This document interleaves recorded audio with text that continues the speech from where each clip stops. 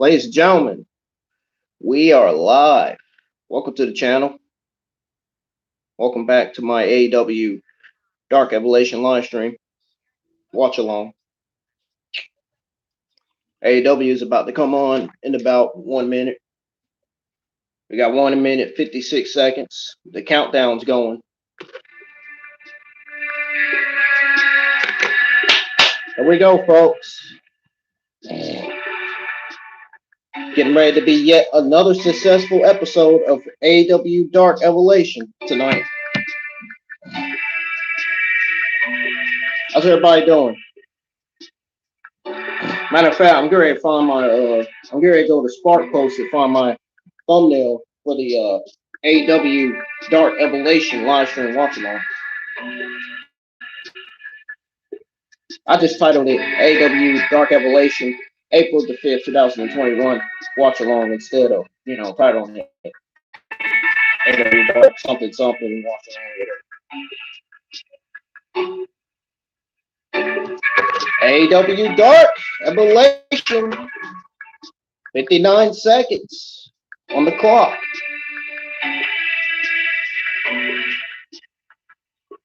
We got 59 seconds on the clock. There it goes. 49, 48, 47.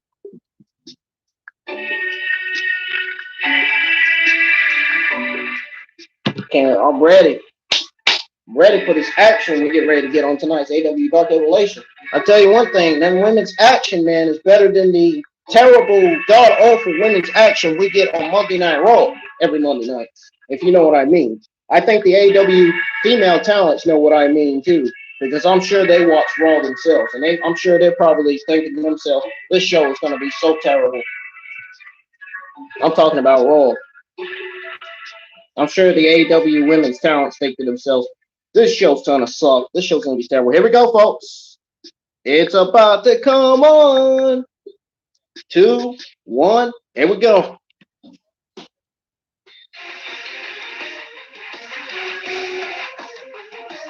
You ready? Ready to find out what's getting ready to kick off? Hold on, wait. Let me finish.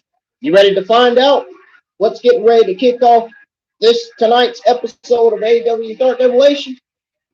Ready to find out what's getting ready to kick off this show? Uh-oh. I think my tablet said, how many times you gonna say that? My tablet just went right upside down. That's funny. Hi everybody, Tony Schiavone. We are outside. Is this Jacksonville, Florida? We are ready. Let's go to the ring for our first match. Here's Justin Roberts. Is this Jacksonville, Florida? This contest is set for one fall with a 20-minute time limit. Approaching the ring from Aaron's Creek, Virginia. And it kicks off with Adam Page versus Bill. Adam Page. You know how tall Bill is, right? You know he's 7 foot tall, right? Yeah, that one of the greats here at AEW. Hangman Adam Page. One of the most highly recruited individuals by the Dark Order. Absolutely. Big Show and Tony Schiavone on commentary. I don't like the Big Show. I'm not a fan of the Big Show. I've never been a fan of him. Never. I've never, and don't nobody say that I've been a fan of Big Show because I never have been a fan of him. We saw him a week ago against Jazmine. I've never been a fan of Very that guy. impressive in that matchup. Different type of wrestler who has The Big Show on AEW certainly could bring in some big men and big women, from other promotions. I will say that. On Hangman. I will respect the fact that Big Show is one of the all-time greats. I will respect that. He is one of the all-time greats. You can't say he's not, because how can you say he's not? Been around. He knows what his strengths are, and he uses it. Big shot. That's the only thing I will respect about Big Show, the fact that he's the all-time great. Wow. I would not respect the fact that he is awful in the ring, because he really is. Rams button heads chopping each other back and forth. Paul, we've seen this a number of times. How we got Adam Page. It seems like sometimes it pumps the other guy up. And go, wow. Darn, Bill just caught the heck out of Adam Page. He said, what a shot to the chin. Some guys want to get chopped, want to get hit. I guess they get some motivated. I don't know. I always got motivated chopping someone else, not getting hit. It's almost I like would understand it's that. almost like soccer punching a woman in the face. It's almost like soccer punching a and man. then a It's big crazy. blow at sitting Hangman down. Here comes Adam Page back again with big forearm shots. It's almost like soccer One punching thing a about Adam drum. Page, Tony, that, you can't let off the gas on him. Sure. You know, he's the kind of guy you either got to get down, ground, put in the hole, or if you're on him, stay on him. Because you give him a moment to breathe, he's going to come back. Big, impressive, standing suplex.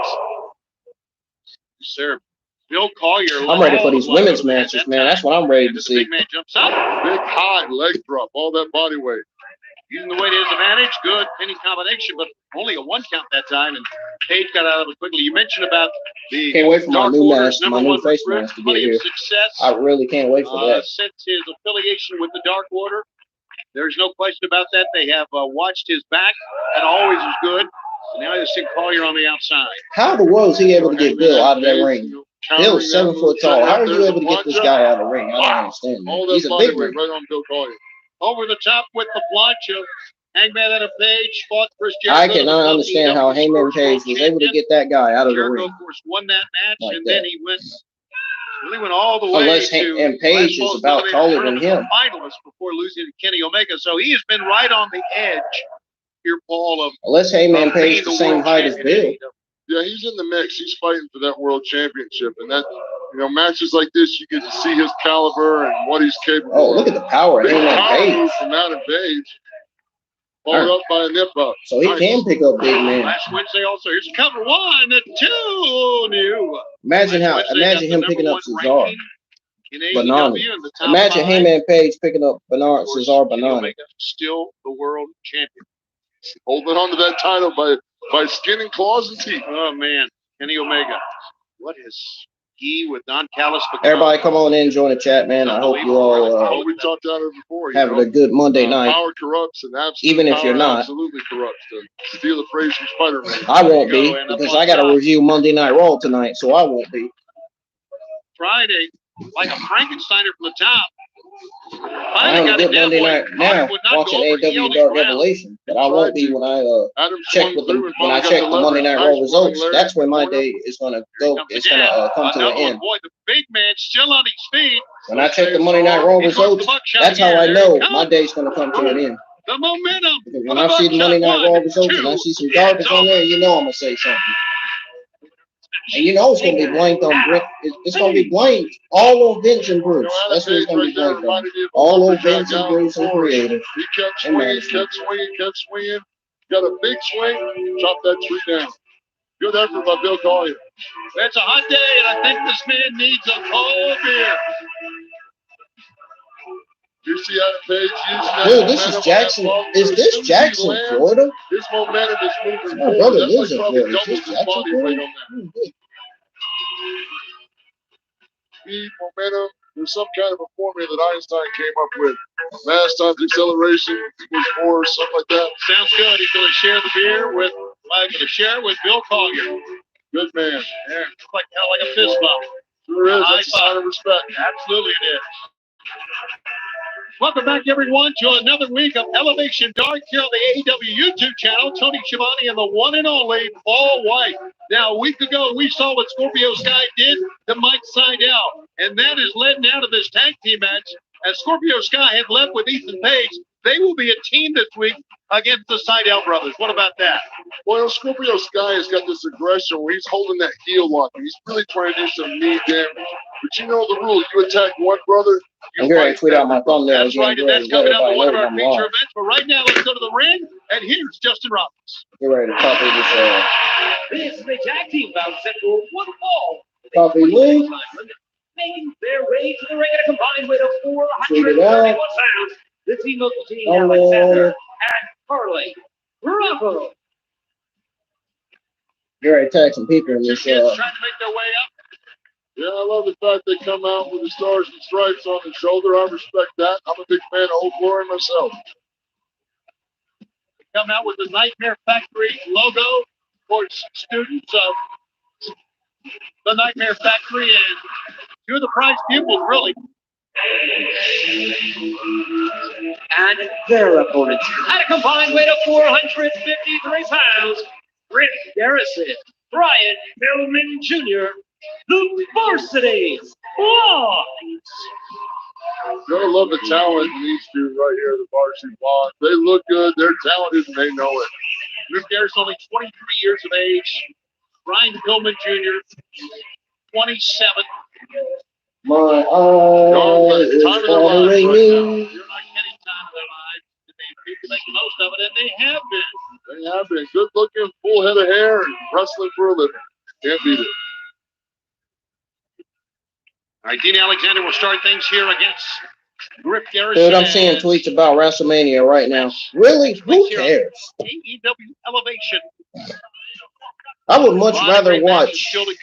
I would much rather watch a Dynamite pay-per-view than watch freaking WrestleMania night 1 or 2. Honestly, some of the matches on the card are not even gonna deliver. Where the head goes, the body goes. Shane McMahon, Braun Strowman's not gonna deliver. Let's see, what else? What else? What's another match that's not going to deliver? What's another match that nobody's going to watch? Absolutely. I was just going to say that. Took the words right out of my mouth. They're isolating their opponent, keeping them on their side of the ring. Oh, the women's tag team champions, if they're being defended on WrestleMania, they're not. Nobody's going to watch that. That shit's garbage. Nobody's going to watch the opponent worn down. Absolutely.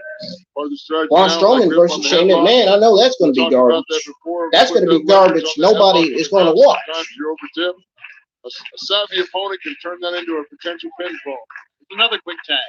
Very smart. This summer will mark 1 year anniversary of the Varsity Blondes first TV together. Happened in July. I'm trying to think. What's another match on the card that nobody's going to watch? Just grinded it in here. I know that Shane McMahon versus Braun Strowman is probably going to be the only match that nobody watches. Oh, Miz versus Bunny. Bad Bunny. Nobody's going to watch that. That match is going to suck too. That match is going to fail. That match is going to fail too. So, Braun Strowman versus Shane McMahon is going to be nothing but complete garbage. Miz versus Bad Bunny. That match is going to suffer. Miz versus Bad Bunny is going to suffer. For sure. And a 2 count. Yeah, the Miz versus Bad Bunny is not going to be a good match. It is not going to deliver. It is going to suffer. Their side of the ring.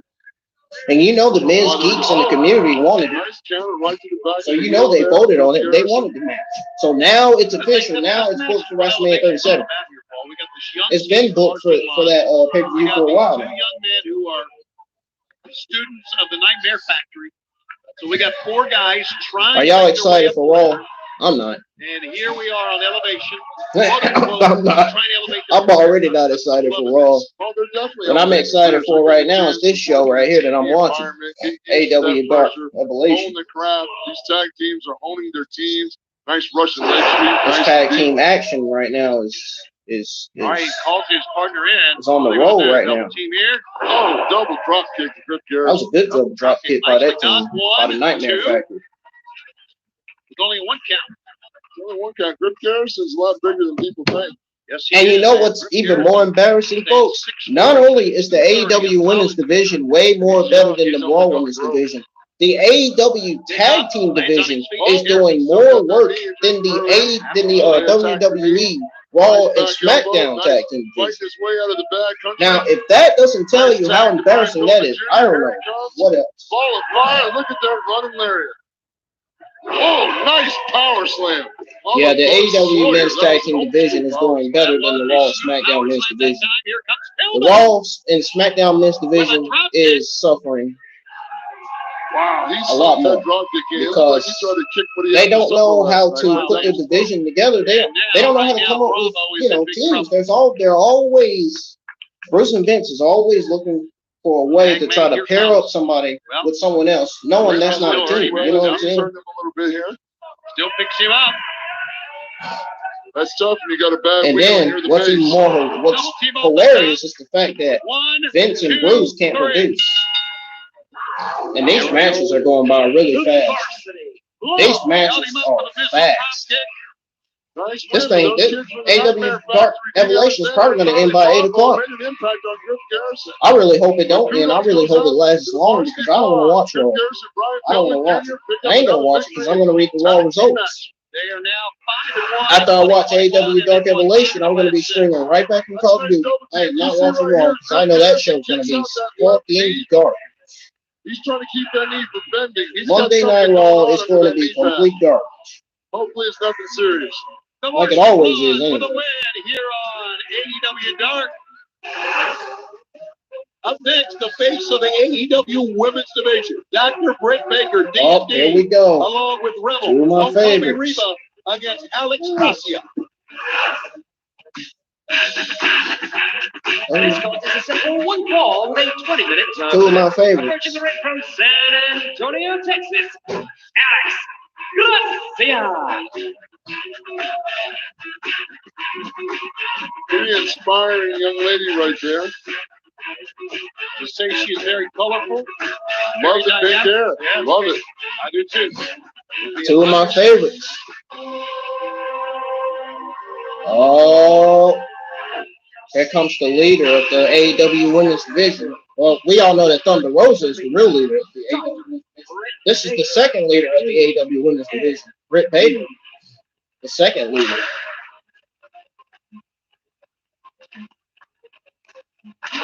Wait, where's her partner? Oh, there she is. Tony, I tell you what, the women's division, Dr. There's her Britt Baker friend. has definitely set the Her bar protege. very high. Oh, I wonder what she's got to say. She's got a microphone in her hand. This doesn't look good. What is she about to say? What is she about to say? Okay, that's your This ain't looking good. What's she about to say? Alex Gracia. You got an entrance and everything, but we all know how this is gonna go. I'm the big star. She's the enhancement talent. Oh Lord. I'm gonna make quick work out of her. I knew she was Nobody gonna will put on. remember I knew she was you. gonna get on the mic and say all that. But you had such an impressive showing last week against Thunder Rosa. And because I'm She so mentioned Thunder motivated Rosa's name. right now to continue Now, what if Thunder elevate Rosa comes out on right from behind her elevation and women's wrestling as the face of women's wrestling? So I really, really, really want to give you your best showing here, okay? So you're not gonna win. You're not. But let's put some respect behind the pink dream. Well, that's awfully nice of her. Okay, Reba, go ahead. That's right, get it going. Pink dream. Okay. What are we doing here? So not only am I an experienced deathmatch wrestler, I'm also extremely qualified in Greco-Roman, does this get ready to be a squash freestyle, match? folk style. I can do it all. I just can't remember the other one. So what I'm gonna do, referee's position, okay? You are gonna have a fair shot right here. No funny business, a clean exhibition, Paul. Oh my God, she's trying to play her, man. I know what she's doing now. I got it all figured out. She is about to roll her up for the 1, 2, 3. That's what's gonna happen. Right. Oh my God, Alex. I hope Alex doesn't fall for All right, this. well, here we go. Britt's getting ready to pin her up for the 3. She's gonna trick her. She's Let's gonna go. trick her, bro. She's gonna trick her, man. I'm telling It is you, a bold move. she is going to trick her. It's an arrogant move. I mean, this whole thing has been arrogance. Don't do it. Britt Baker's on top I'm of telling the you, world she's right gonna now. roll you up for the 3. Don't do it. Bad trend. Don't do it. Yeah. Don't do it. Don't do it. She's gonna roll you up for 3. I'm telling you. I'm not in favor of giving an opponent any harm. No, you're right. But you would get it. Take Don't advantage. be There you go. nervous. Sink it in and Alex go for it. Here we Gracia. go. Alex Gracia, don't be nervous. All right, Don't here be we go. nervous. She got it. Oh, Wow. look at that. Oh, she's I got her told head you. for the- Tricked. And just like that, the pink dream is over. Reba, get the glove. Reba sends the glove in. I told you, Need a man. crutch. Yeah. Squash Alex is match. Fighting it. Oh, I thought she this was did. going to be an actual And match. she's got it. The lockjaw is on. And she taps. Wow, look at this match. I thought this was going to be an actual match. Man, come on. Sad part is, Tony, she didn't lie to us. She said it was going to be quick work, and it was quick work. Oh, Dr. Britt Baker, D&D. She is riding high right now, Paul. She's on top of the mountain, but you know when you're on top of the mountain, you know what comes next. Yes, and Paul. I thought that this was going to be an actual match. I wish this was actually an actual match instead of a squash match. D&D, the face, she says, of the women's division. Singles competition coming up. Danny Limelight goes up against This is number embarrassing, 10 of the man. Dark Order. Man, I'd have been tricked. I thought this was going to be a good show. Now it's just starting to be. Scheduled for one fall, the 20-minute time limit. Coming down the aisle from Brooklyn, New York. I thought this was going to be an actual match. Alex Gracia versus Britt Baker. I thought it was going to be an actual match, and it's not. You know, some guys come in and AEW has tricked every single one of us in the IWC community. I think Danny Limelight is one of those. You can just see it on him, right? They have tricked every single one of us. This is bullshit. He glows. I mean, Britt Baker can do what she wants. I mean, she is the star of the AEW Women's Division, but I wanted to see an actual match. You know what I mean? Team, man. All together. I wanted to see them actually wrestle. I wanted to see them actually go at it. Dark Order's 10 is I wanted definitely to see them actually go at it. I did. I really wanted to see them go at it. And AEW didn't give us that. Instead, they gave us Britt Baker tapping the Pink Dream, Alex Gracia out in that submission move. But Preston Vance, our number 10, if you will, 8-1. Maybe the hottest member of Dark Order right now. Definitely the workhorse of Dark Order. Now let's see what Limelight's got. Limelight, of course, great background in the military and also in the Marines. And just don't go into the power here, Paul. Stay away from it, right? Yeah, don't play into 10's power game here, you know. Danny knows better, too. You know, he's a Marine Corps martial arts drill instructor, so he knows what it takes to defeat an enemy that's a little bit bigger. Wow, look at that power of 10. Just running for Danny's head in that top turnbuckle. Head first now. And 10 again, just all around the ring. My arm was hurting. My arm was hurting at first. Like using his quickness, slipping behind. That spot on my arm. Run over by a freight train that time. Hurts. A pickup again and a big back body drop. Well, 10 is looking pretty amazing right now. Boy, 10 has come out with a great game plan, and he's been able to execute it. He's got him hooked here. Big follow-away slam coming. Oh, follow-away slam. And not similar to Drew McIntyre's, though. Needs to regroup here. But right now, 10 is dang, man. I really wanted to see the Pink Dream and the DMD Britt Baker go at it. I wanted to see them in an actual match. We didn't get that. That's sad that we didn't get that. That's messed up. That's really messed up. The big power, that's really messed up. The incapacitates the arm. Maybe he won't be able to lift him up. That's really messed up. We didn't get that. Power.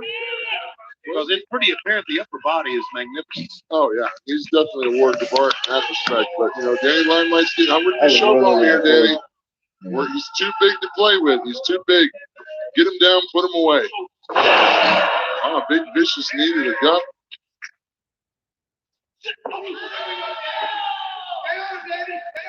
Danny all over him now. Kicks. Here he goes back to the arm again, pulling the arm up. Working that arm. I like it. Well, don't worry. My AEW Dark watching along will be live when I come home from work. So hopefully we'll get to see some real action on there. I really like what Danny's doing. This is a little bit of a different style from Danny.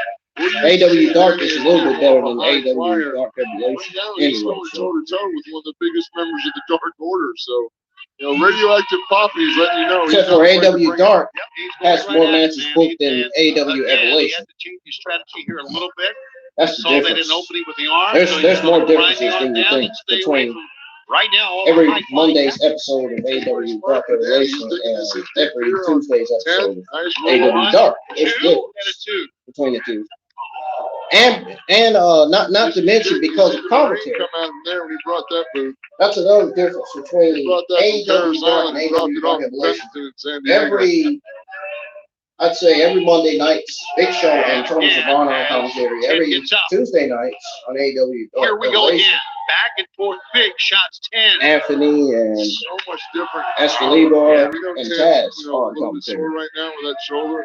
But man, when he connects, he just rocks Denny Limelight's entire body. He's got a lot behind those punches. There's no question about that. As I like to say, there's a lot of mustard on it. Yeah, punches, forearm shots. That's probably the only difference will, between AEW Dark and AEW Dark Evolution. Almost like a ripcord takedown.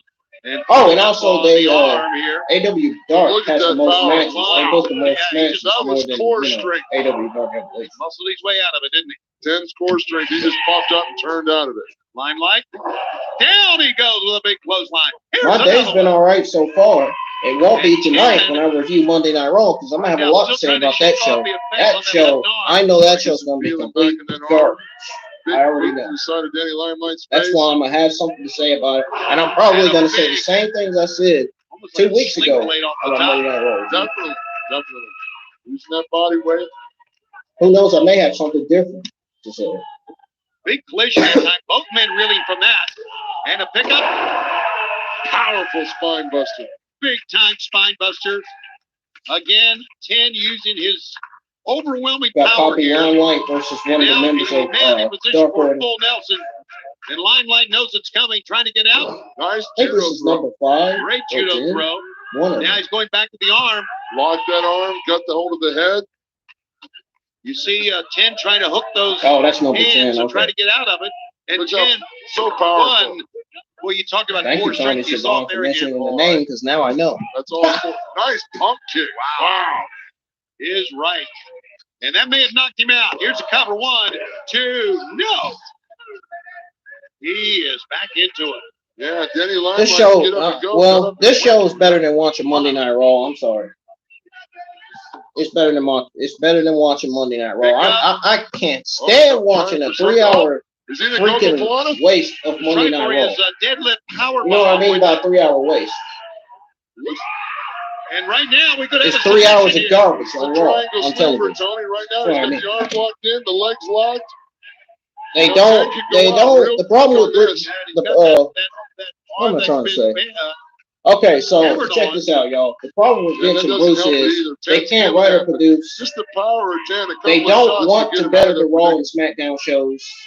You know, the terrible. They don't want to. They don't want to better the Raw and SmackDown shows that we get every week. And trying up the full Nelson. In other words, I'm trying to say that they don't want to better the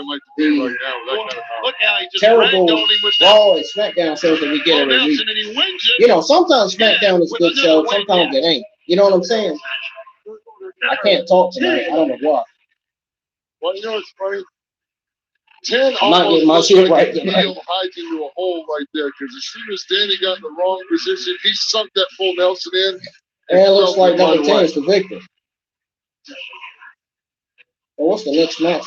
All right, one more time. 10 gets another win here on Elevation. Nice big pump kick, set it up. And man, he locked that full Nelson in. And with that kind of power, that full Nelson was locked, you know, there's nothing Danny can do at that point. Now 9-1. Yeah. The most powerful member I miss of Anna Dark Jay. Order. It's 10 with the win. I think my first time ever seeing Anna Jay on one of these. Women's competition on deck next. Big Swole will be Jazmine Allure. Oh, Jazmine Allure. I'll get to see Jazmine Allure wrestle again. This woman, her song, her music, her entrance music is dope as fuck.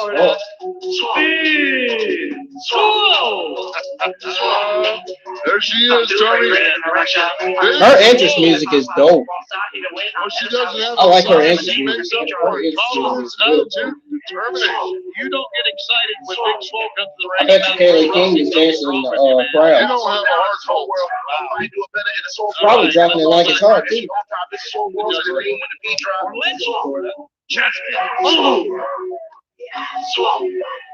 Jazmine Allure, only 1 year in the wrestling business. You got to start somewhere. You know?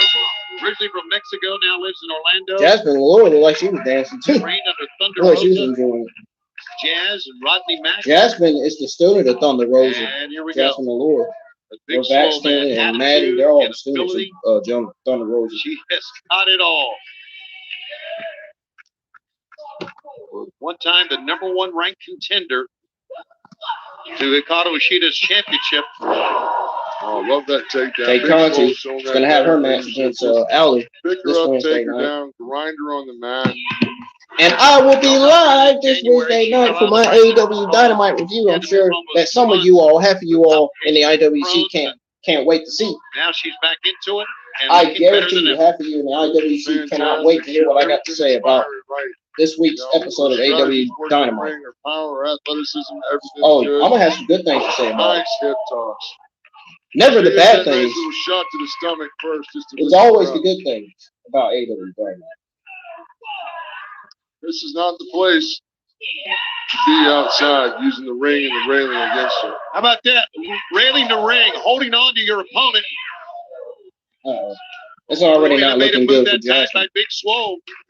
Oh, Big Swole smart. Get her out of the ring. Let the environment do the work for you. Jazmine having some problems here, man. She has been taken to school, so to speak. Yeah, this ain't looking good for Jazmine. She's in there with an incredible competitor in Big Swole, who's not lacking confidence or ability. But I guarantee she's one of the ones I did a thumbnail for today. Out of this match, she's going to be better. Shit, can we get some fucking light on in here? Experience. She's going to hit the ropes here. Swole. Boy, didn't miss that one. Missed the clothesline, but not the knee shot. And now I'm tired of that freaking darn dark. Turn on that fucking light, man. How about that? It's kind of dark. That's fancy. I can't even say that, let alone do it. Well, you talk about inventive. She tries to push over and Swole. Got kicked in the midsection that time. Back up she goes. Oh, that was a good Allure forearm, tried to hit the ropes. That was a great forearm, though. Missed that time. Here they go. That was a great forearm. Running lariat that time. Nice arm drag. There you go. That's the same arm drag that Maddie threw. That's the same arm drag Maddie used on Jazmine Allure last week. Drop kick, cover. The same arm drag. Same arm drag that Maddie used on Jazmine Allure. Now she's taking the measure of Big Swole here. Swole trying to fight her way out, just shoves her off towards referee Frank Gastineau. Well, you can see the kind of athlete the Big Swole is. She's got a lot of power. She's ex-military. So there's probably a lot. I guarantee you, Jade Cargill's next feud's gonna be with Big Swole. Like that. Oh, what do y'all think? Jade Cargill, her next feud's gonna be with Big Swole. I guarantee you. I can see Big Swole feuding with Jade Cargill. That's right. I think a Big Swole and Jade Cargill feud would be great. Double underhook, pick up into a power bomb. Gonna turn her over, almost. Wow! Oh wow, that was quick. That was quick. Now winner of this match. Go figure. Dean Malenko-esque. When are they ever going to book Jazmine Allure matches to where she can win? I'd seen that before. Is she even being built up? Or is she an enhancement talent? Might be an enhancement talent for now. She'll be a star soon, though. I know she will. Big Swole. Win number 22. The Big Swole is the real star. Number 5 of her loss year 2021. Big Swole wearing this gutter hands locked. Got that. You know, this green reminds me of Naomi. Naomi has the green hair. There's no place to go there to chop out. Big Swole picks up yet another win. She got on the Black Lives Matter or kind of arm thing. Must be one of the protesters. Mike Sydal, after what transpired last week on AEW Dark Elevation the Sydal between brothers. All Ego Ethan Page and the self-proclaimed face Matt Sydal used to be known as Evan Bourne. What mindset are you guys heading into tonight's match? Well, I won't lie, Dasha. After last week's match and the attack that followed, I was feeling pretty beat up. But I'm a Sydal, so I bend. I do not break. That's why I'm standing here on my own 2 feet again tonight to fight next to my brother. Man, I love hearing that, Mike. Scorpio Sky, I am just completely disappointed in you. You welcomed me to AEW, and it turns out you're just a phony, just another fake. And it's utter nonsense that you I don't think his wife Alexa Gracia is not going to like that. Tag team division. I don't think she's not going to like hearing that from Evan Bourne. You guys have payback coming your way tonight on Elevation. So listen to me carefully, Scorpio Sky and Ethan Page. Mike and I, we see through you. What does Alex Gracia think after hearing that from Evan Bourne? Tonight on Elevation, Elevation, she's actually dating Scorpio. So what does she think of that? Get ready for our next match here on Elevation as the assistant. I don't know who this MT Nakazawa guy is. also known as Michael Nakazawa. I don't even know who Barry Morales. Morales is. I've never seen these guys before. Never seen these guys in the ring. This contest is scheduled for one fall with a 20-minute time limit. Introducing first, the desk of Kenny Omega, weighing 203 Why is he always pounds, coming out in freaking khaki pants and Nakazawa. a shirt? Nakazawa, I hope he keeps his belt on this time. Please. Last time I saw him in action, I got more than I wanted to see.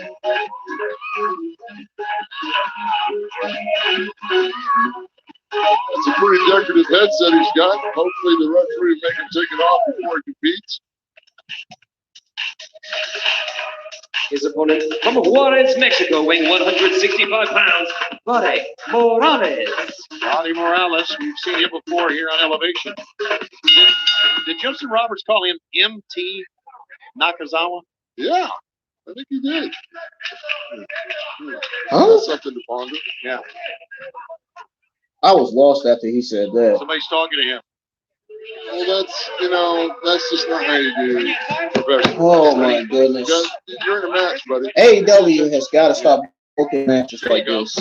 You cannot be booking matches like this on AEW Dark Elevation. Matches like this to where he's entertaining people. That's not entertaining. That's Stop in boring. the middle of the match and That's complete garbage. That's what I talking call to him it. on the other end, Omega? The world champion. Roddy Morales. We would like to see some Break up real that action. short style. We don't need to see entertainment from guys like this. No thanks. I'll pass. I'm ready for the next Climbing match up on now. top, Morales. Balance, hanging onto the arm, and down goes Nakazawa. Held on to the arm. Here's the cover. Yeah, I'm not watching this. I'm ready for the next one. If he's saying no more, It's already getting boring. I'm ready to watch the I next don't one. know if he is or not. Oh, bad tumble. Sorry. Yeah, man. Nakazawa had him on top.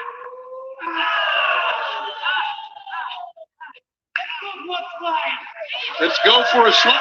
Oh, that's the hentai slide. Oh, The no. hentai, is that what it's called? The hentai slide. Yeah, that's like a rope burn in a place you don't want to get a burn. No, not at all. Running knee, elbow strike that time.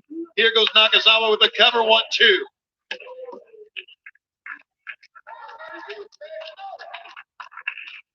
Nakazawa was taking his head. I think I'll give this probably a 3-10. I think I'll just give this a 3-10 or a 4-10. This match right here. 4-10. You know, I gotta say at this point, Nakazawa was using that just for an advantage. You know, he shouldn't be allowed to compete with that headset on. Plus, And he shouldn't be allowed to compete with khaki pants or a freaking casual shirt. He should be wearing a wrestling somebody attire. trying to call you in the middle of working. Imagine how distracting that would be. But he's not. Absolutely. Okay. Which is disappointing. I mean, Nice kick out. Michael Nakazawa keeps getting phone calls.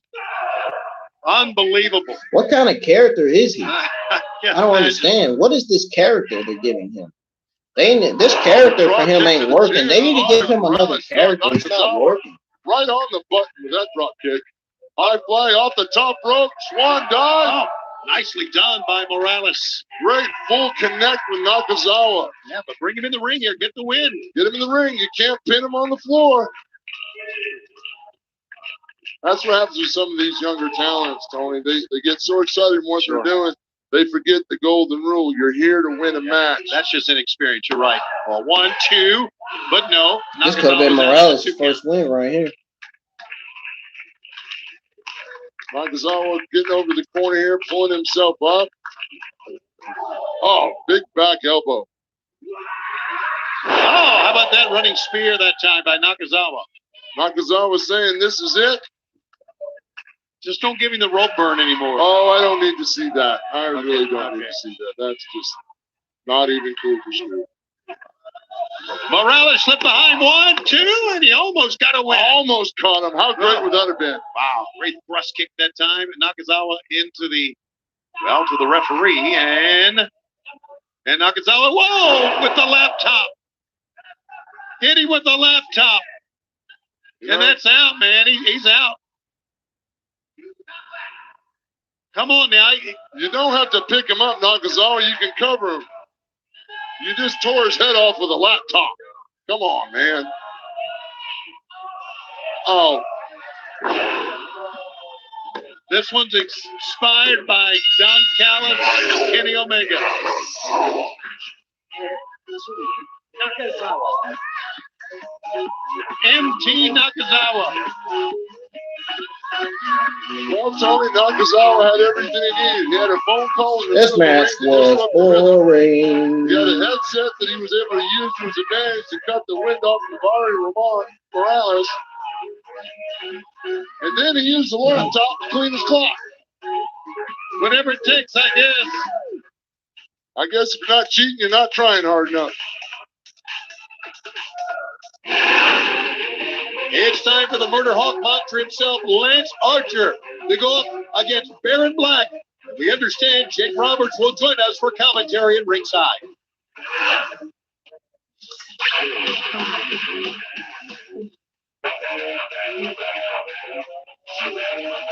This one is scheduled for one fall with a 20-minute limit. Oh, my goodness. Murder Hawk monster, Lance Archer. The laugh you hear is from Jake the Snake Roberts, who joined us. Yeah, this match is not gonna. This match's not gonna last long either. Apparently not. Did some great coaching there, Jake. He sure is. Yeah, might as well say this is a squash match. What is up with these squash matches they're booking on the show? What is up with that? And a run. Oh, man, just running through Baron Black.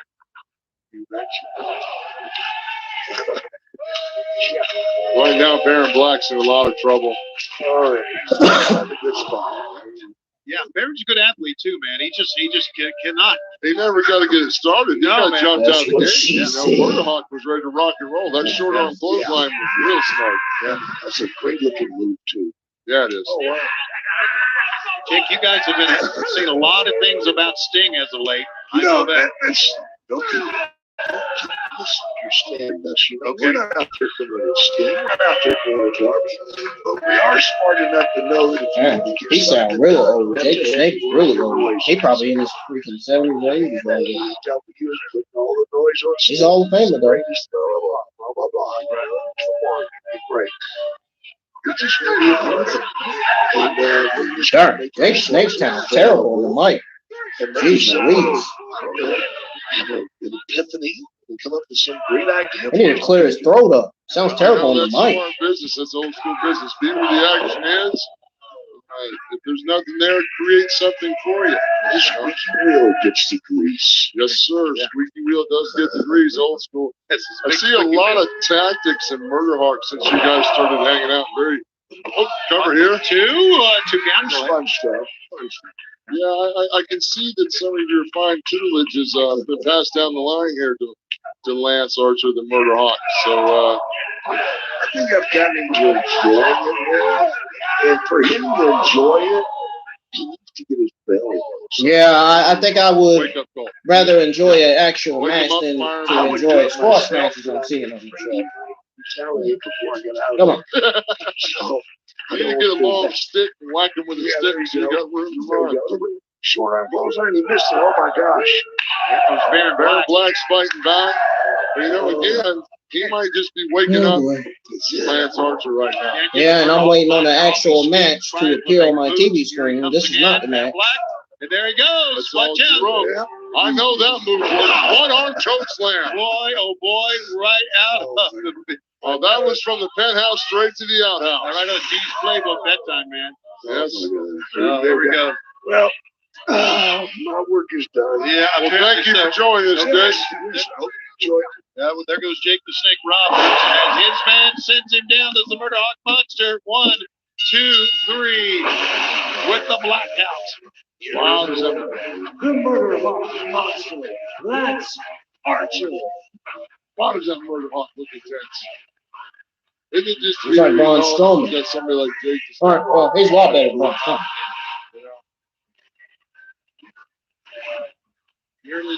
Look at this choke slam. One arm delivered with authority. There's the cover. Look at him. He is having fun. I got to admit, I thought Murder Hawk was angry, but he had a big smile on his face on that cover. Probably angry because of what that kid said about AEW on social media. That's probably the real reason why he's angry. The desk, I was actually just about to ask the big guy in the middle something, but just didn't have time. But I will tell you, they're asking us why we're always invading this space of Steve. Why not? Why not? Well, we're hoping somebody will try to remove us. You know, we sit in the locker room all day and night. Nobody wants us. Nobody wants to come get us. Hey, come out and wrestle me. Yeah, right. Nobody comes inviting us anywhere. So, we'll live by ourselves. It's a very, very simple message. It's my time. But some reason, week after week, Sting gets an interview. Somebody else gets an interview. Darby gets an interview. But they're not asking for the Murder Hawk Monster to come out. And it's probably just because they're scared. They're being little punk asses, and they don't want to know why. Why we're doing what we're doing. And it's not because I'm a good guy or a bad guy. I just said everybody dies. And it actually means everybody. But you know what? You might as well take one of the biggest dogs in time. And that's Steve. Steve, there's absolutely nothing but respect coming from me. Like I said, without the icon, there is no Murder Hawk. Why? Because you inspired me. You inspired every single wrestler that works in AEW that used to watch you on TNT back in the day. You came back to TNT and it all became about Sting. And I was excited. You're going to be chanting my name before too long. So Sting, just think of it this way. One way or another, whether you're with me or against me, your time is my time. Like you always say, it's showtime. Leave no doubt what their purpose is here at AEW.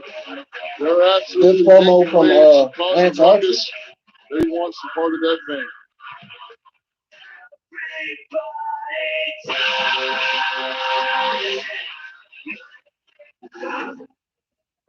No, Tesha Price versus Mizunami. Here we go. Here's an actual match that's worth watching. In the world, Rio Mizunami. Here's an actual match that's worth watching. Let's hope it is. This contest is set for one fall within 20 minutes. Making her way into the ring from Chelsea, Michigan, Tesha Price. The young, very athletic Tesha Price, who is looking for her first win. One of my Here in favorites. AEW, getting a chance here on Elevation She's today. physical. She is a spitfire. She has a lot of energy. And she's going to get her first win soon. But to do it here this week, she has to go through one of the great bets. And her opponent, from Nagoya, Japan, Rio Mizunami.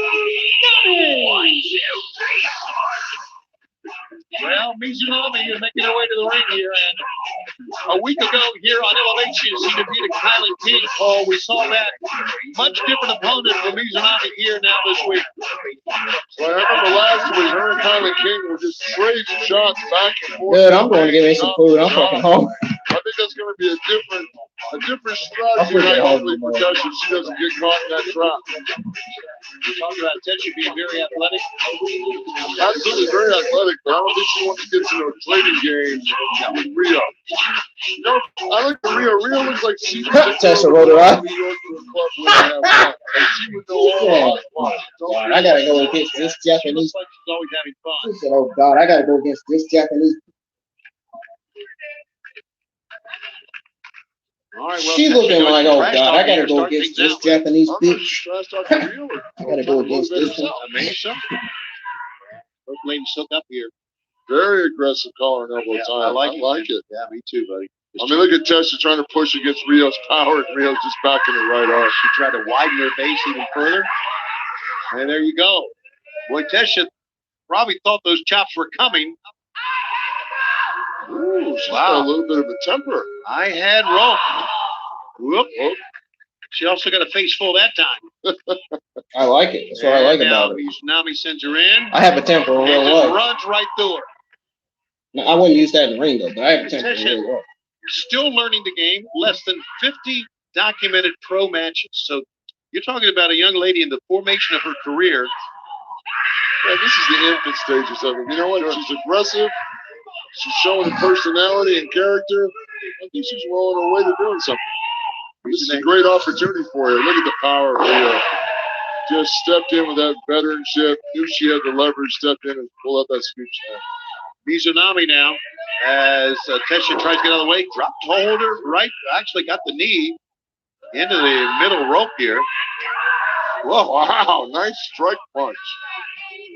That just glazed right off the side of Rio's skull. You know, I'm seeing a lot out of Tesha here. She's got a really aggressive, vicious attitude. Yeah, I like it, man. Sending her in and stay out of the way of that running Mizunami. Yeah, man, she's definitely like the run of the bulls in Spain. Just get off the street. Mizunami is a 16-year veteran. Her only AEW career loss to the world champion, Hikaru Shida. And that says it all right there. Well, here we go. You know, we talked about the punches and the forearm shivers. Stay away from those. But there you go. Tesha's going to get right in it with her here. Oh, man. Wow, that just sucked right. Yeah, man. Nothing she can do. Oh! More words of Chris Farley. That's going to leave a mark. That's Chris Farley. And again. Oh, we've seen it so many times. There she goes. She's hitting the club beat now. There you go. Get your arms up. Best thing to do. Great job by Tesha. She's not getting this exchange game. Try to cover up. Rio's at the disco club. She's feeling it now. Mizunami. A little too long, Showbone. What's Tesha going to do here? Okay. She's biting her. Well, okay. It's a counter, I guess. Not a legal one, but you do have 5 seconds to let go. So sure. I guess a lot of damage can be done in 4. Yeah, I sink your teeth into something for 5 seconds. Literally. Yes. And doing almost like a cartwheel kick that time. I like it, showing some athleticism, trying to make herself unique and different. Nice running bulldog. And a cover. 1, 2. She gets a 2 count on Mizunami. Oh, Mizunami's in a little bit of trouble here. This is a pretty good showing by Tesha. She just needs to stay focused. I think she's letting her temper get to her a little bit too much here. I agree. A little shriek, or maybe a big shriek. What happens when you're younger? You get too emotional and you lose track of what's going on. Mizunami had her head down, paid for it. Oh, she ducked one, couldn't duck the other. Trying to go for a German here or just try to get control? Good gut wrench. Oh, look at Mizunami. Got those hands locked. Yeah. She's trying to break it now. Looks like Tesha's trying to slide in for a full Nelson. Oh, she's got it locked in. She's got the full Nelson locked into Mizunami, but Mizunami is out of it quickly. Spins and a knife edge chop. And then a lariat, standing lariat that time. You know, Ryu got out of that by using her whole body weight, too. Tesha rolls forward and into a power slam. Nice power slam. Here's a 1 and a 2. No. And a leg drop. I love that leg drop. Of course, her guillotine leg drop at the top is her primary move. She has 3 of those for Tesha and covers her 1, 2. Tesha was able to get out. The legs were not grapevine. Mizunami, I don't know if she's showing some frustration or not in this match. You know, I think she's just got so much energy, she has to let it out somehow. Right. Ranked number 3 in the women's division. And she got her out. Tesha's looking like she's in a form of the rack now. Mizunami's showing that power. So they're checking in. Rick Knox checking in, and she raked the eyes to get out of it. And rolls her up. 1, 2. That was smart. Very smart. She'll do it again. 1, 2, and a 2 count. Tesha's really impressing me to have as few matches as she's had. Right. She's doing a real job of keeping her head in the game, coming up with some inventive counters to get out of trouble. Absolutely. And now floats over the top. As soon as she finds out who she is, she's going to be a real dangerous competitor. Sunset flipper. That She time almost was had to it. get the right She almost had leg over Just the almost left had it. arm. She's giving the number 2 woman in AEW wrestling right now a run for her money. Who is staggered up against the ropes and ran right into the lariat. Could be all 1, 2. No, Tesha's out. Just shot up the left shoulder that time. Mizunami head of steam. She wants her up. Watch out. Here she comes with a spear. Man, what a shot. 1, 2, 3. Darn. There it Tessa is. had a great showing tonight. You got to give Tessa credit, man. She had a Well, we great showing talked about tonight. the guillotine leg drop from the top. That was just a running spear, and Mizunami now 9-1. Again, her only loss to the world champion, Hikaru Shida, here in AEW. Great showing by Tesha Price, though. I agree. Here's the get Cole. Oh, she put everything in that, yeah. Well, I think we need to sweep the ring and see if Tesha Price has any feeling to play in the ring after that spear. Woo! That was snug. Rio Mizunami is your winner. Tesha Price. Heck of a fight here on Elevation. Back to the ring we go on Elevation.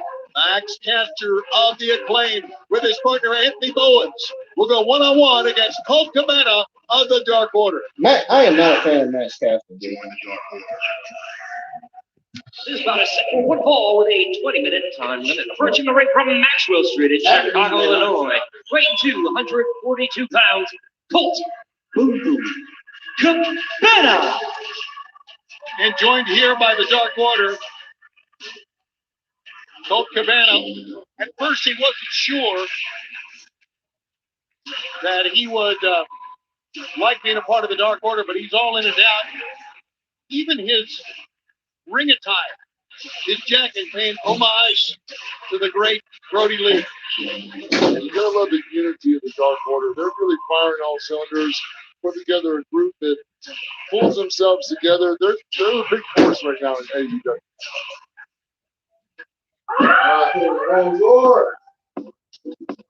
The Acclaim, top of I don't want to hear that. Hey, let me spit something. Yeah, everybody saying they want to be Acclaimed. Platinum Max, I got the boom boom. I'ma sweep the Dark Order, get a broom soon. You were a legend, now a novelty. The Dark Order's more force than your comedy. Yo, and we the real stars. I'ma put you on your back like a real doll. Screws to you like a shop class. You getting canceled like your podcast. Your podcast sucks, Colt. I tried to listen. I tried. AEW! The Acclaimed have arrived!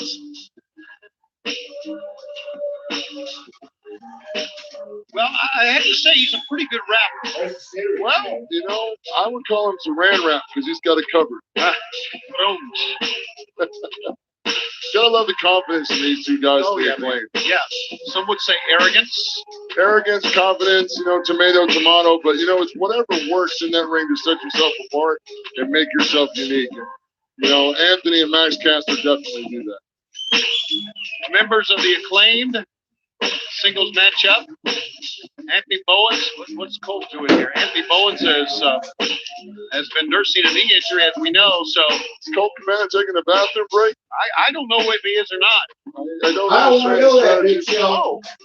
Yeah.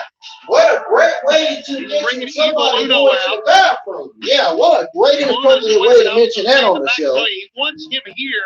I get it. Because Anthony Bowens is out. He wants Luna on his side. Yeah, what a great way to mention that. Anthony Bowens is in the arm. I would have brought out a couple more members. Well, we'll see. And quickly, Max ducks between the ropes, and Colt will have none of it. anything to disrupt that momentum or whatever plan Colt Cabana was trying to come up with, just negate that aggressive. Oh, very aggressive collar and elbow tie-up. I like that. Love seeing that, man. I love seeing that. That's just where that separates the men from the boys. Absolutely. Good and snug, good and tight. Know you're in a fight at the beginning. Colt's too much of a veteran to take something like that. Yeah, he's pretty aggressive. You know, one thing that Max is trying to do is punk him out a little bit, maybe get in his head. You know. Well, getting in his head really starts when he comes out of wraps, right? Without a doubt. That's all. You really got to tune your ears out and not listen to what Max Caster is saying. Because if he gets in your head, then he's already winning. Match point to him before the bell even rings. And talking about podcasting, everyone considers Colt the father of wrestling podcasts, who had the first one. So that's why he ripped on Colt's podcast. Yeah, that's what it finds out what something's emotion to a guy and tear it apart. Just basically kick his nice cover there. Basically kick his inner child right in the stomach. Again, a 1 count. Good turnaround that time by Caster. Again, 1.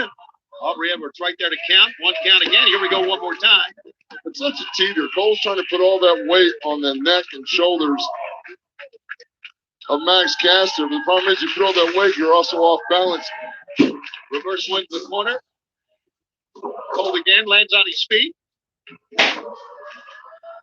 And a pickup and a good hit scissor takeover that time. That was with the knees and on the head. So that's probably a hook and roll. Thank you very much. You know, or Frankensteiner. They're interchangeable. Interchangeable. Oh, held on to the ropes and had help. Yeah, Anthony Bowen holding on. Bowen's at his holding on to the tights. Nice. I like that arm twist. Drive that shoulder right in the mat. Well, that's a good chance to have the match called right there if that shoulder gets separated. Yeah, man. He may have a separated shoulder. We've seen a number of those go down over the past couple of months. Anna Jay, as we know, has had shoulder surgery. Driving those knees right. This show is okay so far. It's not really. The show's not great. The show wasn't great tonight. Knowing that it was okay. The shoulder, so far, the show's going okay. It's going good and okay. It's not the greatest. This show's not the greatest. That's why guys that wear no braces to the ring and stuff like that, sometimes you telegraph. Good. Now the divisions are great. The show's not really okay. The divisions are. Has to flip him over, lock his arm in. The AEW men's and women's divisions are great. When Max kicks in those heels and lifts the hips up off the show tonight's okay so far. All that pressure on the shoulder joint just slowly separates that joint. Almost got a pinfall there. Down goes Colt hard. We talked about shoulder injuries recently on Dynamite. John Silver suffering a shoulder injury in that TNT title match with Darby Allin. What a great showing for John Silver against Darby Allin. That was a match against the TNT champion, and John Silver really showed us a lot of what he had to offer. It was a great match. There's no question. A very memorable match on a memorable night of Dynamite. And now Aubrey Edwards admonishing Max Caster. And Colt trying to fight back, but man, he's in a lot of pain here. He's in a lot of pain. He's digging for what they call intestinal fortitude. Just threw that punch and registered the shoulder. Yeah, there you go. Oh! Right back on it. Max Caster, very vicious. Right back on that shoulder. Right back on that shoulder. I like it. And now he's kind of enjoying himself a little bit, feeling the ground. Yeah, Muggy sliding around, knowing that he's in control of this match. As I stream Call of Duty after this, I'm gonna be streaming Call of Duty after this. Might want to pay attention. Throws him shoulder first in that top turnbuckle. We got going Max forward again. Watch versus Cabana. Wow, that's not that right there can tear the shoulder right out. Got a 2 count only. But after this AEW Dark Elevation, live stream watch along, I'm streaming back on Call of Duty. It's going to be on YouTube. Yeah, I don't really think Max really. And then my Raw review's going to be live. Maybe he could sneak one in if that's going to not be good. My Raw review's not going to be good because all the shit that's going to be on tonight's Raw, all the shit that's on tonight's Raw is not good. In a lot of pain. Max Caster doesn't care about it. Oh, look at this. Everything just pulling the arm back, grapevine the arm around that top rope. Put pressure on the shoulder and the elbow here, Paul. Absolutely. It's one of those trifecta torque environments. Getting everything, the wrist, the elbow, and the shoulder. You got a blow-ended Cabana, and that had some sort of effect. Looks like to the left side of the head here. Now you're looking in as they go to the other turnbuckle, moving out of the way. Cabana, defensive move that time. Let's see what he's got to follow up with. Anthony Bowens trying to encourage Max Caster, get his realm where he's at, figure out what's going on. Using a shoulder block with the right shoulder. He tried to couldn't do it. Couldn't come in. He tried to spring in, slingshot in, if you will, and could not. Max Caster eating that top turnbuckle. Max trying to escape, but he can't. Cabana got him. The ropes, here he goes. Cabana got him in right here. hand punch. He's winding up. Are we going to see it? Oh, he winds up with one to hand. the other side. No flip, flop, and fly. Yep. Because the bad wing. The bad wing wasn't working. He flipped to the other side. Good for Colt. And now Colt Cabana may be moments away from a win here. Or maybe not. There he goes. 1, 2. That was a great. That's one of those things that happened in midair. He changed the tune in midair. I like it. Did. Nice veteran move. Improvising as the guy rolled away. But the match goes on here. Caster and Colt Cabana. Can't even grab him with a front face. So we saw Hangman Page versus Bill, Swole versus Jazmine Allure. Big chop again. Britt Baker versus Rebuild. Britt Baker with Rebuild Wild versus swing. Alex Gracia. That was right to the Rayo back of the versus head, right Tesha in the Price. knee. Wow. Okay, we may have a submission here. Let's see. He And now, back here. looks like after this match, we're going to be getting Scorpio Sky versus Ethan Page. To see if Cabana will Oh, we're going to be getting Scorpio Sky and Ethan Page, not Scorpio Sky versus Ethan Page. Now, Scorpio Sky versus Ethan Page would be a good match, though. I have to say, They're a tag team. Cole had a better shoulder. So, he had enough strength. They're not. I mean, they're not really that much a tag team. They're just teaming up to take on these Sydal. Oh, Cabana, 1, 2. But I think next after this is going to be Scorpio Sky, which is Alex Gracia's husband. Now, Alex Gracia's boyfriend. It's going to be Scorpio Sky and Ethan Page versus Mike and Matt Sydal.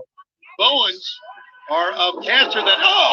I think that's the main event for AEW Evolution tonight. That's the main event, I believe. A roll up, 1, 2, and he's going to win it that way.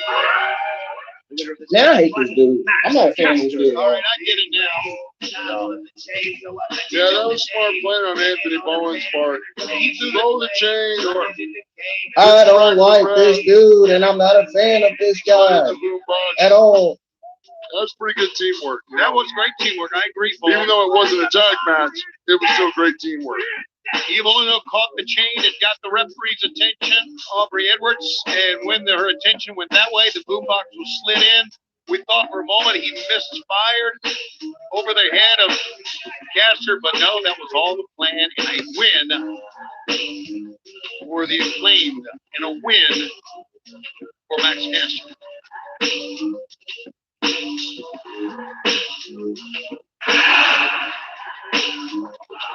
There's that face first right into that boombox. Colt Cabana right now, his get up and go, got up and went. He has no idea where he is. The winner in single competition, Max Caster of the Acclaimed. Next, the big 8-man tag team match. Adam Priest, Ryzen, D3, and Fuego del Sol. Oh shoot! I didn't even know it was. I didn't even know they had this match. Private Party. Matt Hardy. How many more matches is there on the show? This is an 8-man tag team match set for one fall.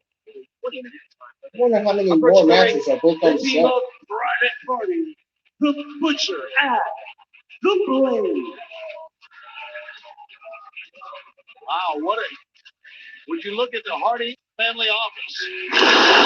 Wow, this is a really unique dynamic. When you got the skills of the Butcher and the Blade, and of course the beautiful Bad Bunny, and she is a Bad Bunny.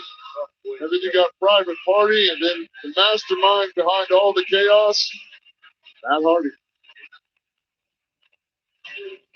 I don't think she's right. I think there's No. She's a type that would definitely like kick over your cereal bowl. If you look at Adam Priest, Ryzen, D3, and Fuego del Sol.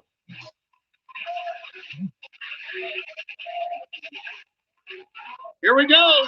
Yeah, definitely not the group to turn your backs on, guys. Yeah, absolutely. With Matt Hardy on the outside directing traffic, the Butcher, the Blade, well-known guys who come in and take care of business, mercenaries, if you will, and now the Athletic Private Party, quite the team.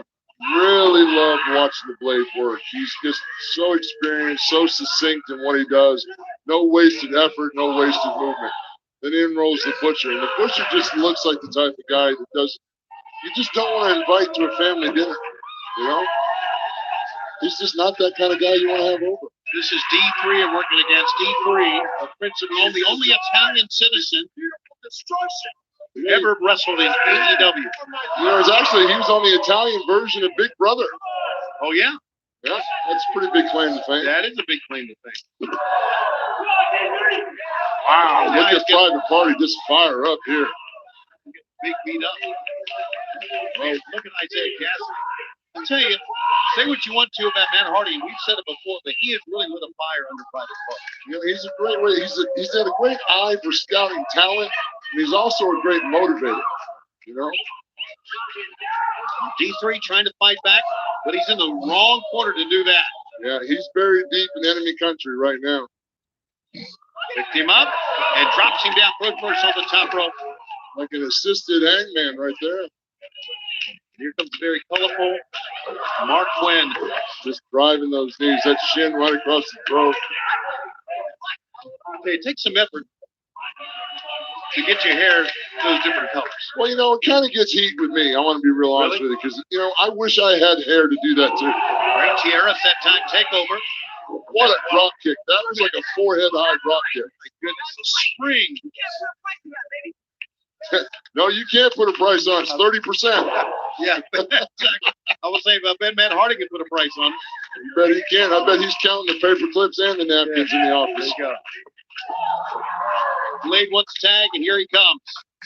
Look at the incredible shape that Blade's in. He is amazing. He's just so vicious and succinct with his moves. The kicks, the strikes, the aggression right now. It reminds me of Desperate Lose. Talking that from trash NXT. right now.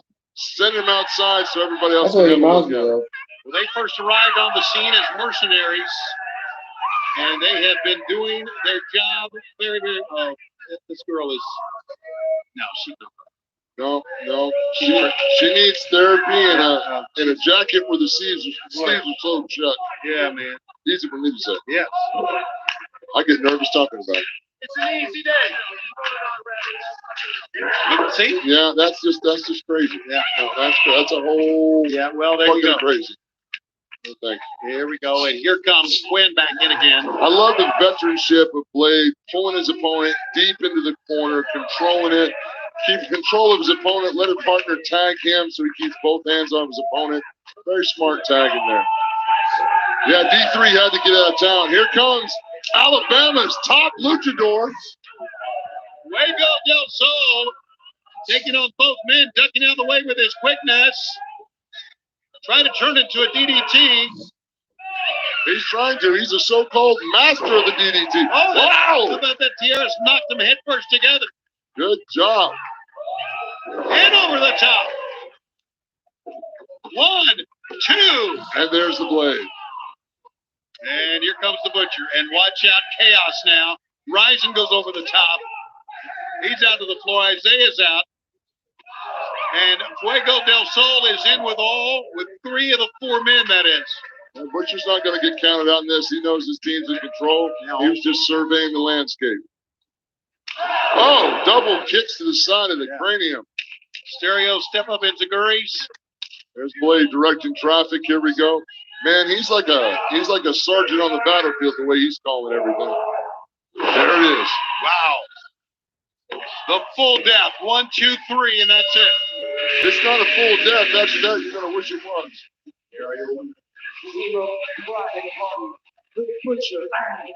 Well, chalk another one up to the Matt Hardy family office. Matt Hardy will take 30% of the winner's share in this one. You know he's loving life now. There you go. Blade sets him up. Butcher drives him through. That's the full depth right there, folks. Full body impact. Just look at that squad right there. Vicious, crazy, crafty. Oof. Yeah, things looking real good here, Butch. You're getting the job done. Give it up, huh?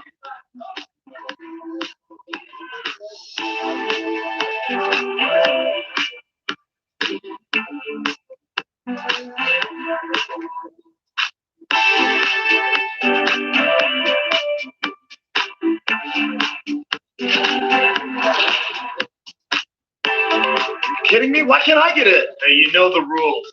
Go get yourself a jacket.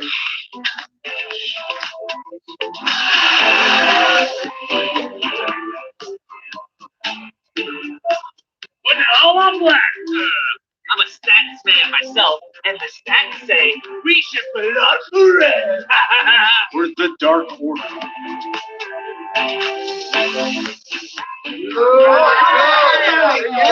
I'm gonna need a new X-ray machine.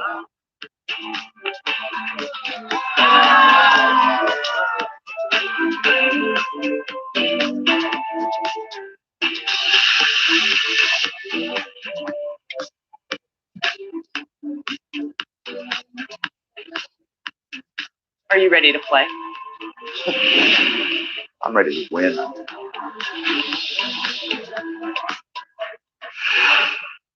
fans on AEW Dark Elevation, Paul and I want to continue to introduce you fans to our up-and-coming roster of talented men and women. You've been watching Rising Stars, and this week, we want to introduce a new segment called Showcase. Paul White sits down with John Silver of the Dark Order. Let's take a look. I'm here with the AEW talent, John Silver, and we're going to take some time to get to know John Silver here on Elevation. Now, John, tell us a little bit about you. You know, how you started out as one of the Beaver Boys and your journey into becoming a part of the Dark Order, and how has all that changed your career? I had a very long journey to finally get to AEW and get to the Dark Order.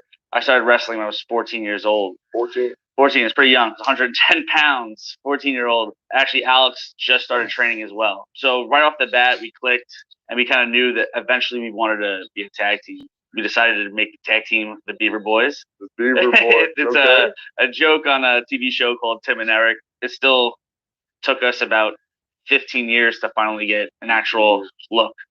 Wow. We get to the show, we knew we had a match, and we see the board, and the board says local talent. And we thought we were getting signed. So we are mentally upset about that. We're very upset about it. But we're like, you know what? This is still an opportunity. Let's make the best of it. We need to do something that's going to show them what we got. Right. That's so smart. We were approached by Student Uno. We're like, hey, we want to start recruiting people, and we know you guys are really good. We know you guys have a lot of potential. And it'd be great if we actually recruited you guys into the Dark Order. And that was the best decision we ever did, was to join the Dark Order. Tell me about your personal memories of Brody Lee. You know, how he impacted your life and your career, you know, personally and professionally. Brody was a huge impact on my career. When he came to the Dark Order, he took us easily, like, right away to the next level. The best word to describe him is always genuine. Yeah. He never said anything he didn't mean. He's always very nice. He always actually truly cared about helping us, not just because, oh, help me. She really cared about us getting better as performers and as people. Now, John, one of the things I want to ask you about is, we saw a few weeks ago, man, you left your heart in the ring in that championship match with Darby Allin for that TNT championship. Tell me about that, and also tell me about some of the personal goals you have for John Silver. First off, I need to heal up. Took a nasty spill over the guardrail, messed up my shoulder pretty bad, so not at 100% right now. I had to fight through the pain. Couldn't really use my right arm too much. So it was a big moment to keep going and get that close from winning the TNT championship. It was definitely a moment where I knew I'm at that level. Definitely proved it. Definitely.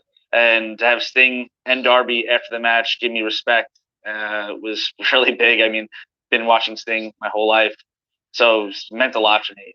Once this gets healed, I think I need a championship in 2021, and I'm looking at all of them. I'll take all of them. I mean, me and Alex as a tag team, I think we could win the tag titles. I think if another shot, when I stay healthy, the TNT Championship, and might as well go for the AEW Championship as well. I like that confidence, my friend. I like that confidence. Thank you very much. I know I'll be gentle if I can be gentle. I'll give you the I'm working brother handshake. Thank you, everyone. Thank you, John Silver, for tuning in on Elevation. And you guys have a great night. Tony, it's all you. Get ready for the one and only Big Money Matt Hardy in singles competition. He'll be facing Dark Order number 5, Alan Angels.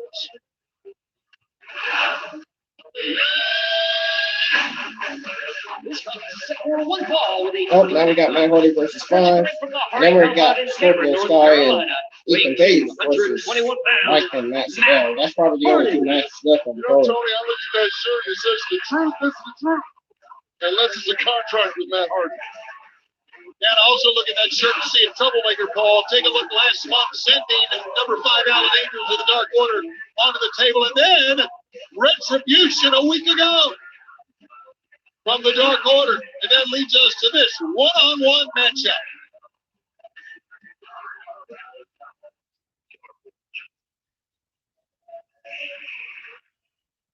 His opponent from the key, weighing 175 pounds, Alan 5 Angels.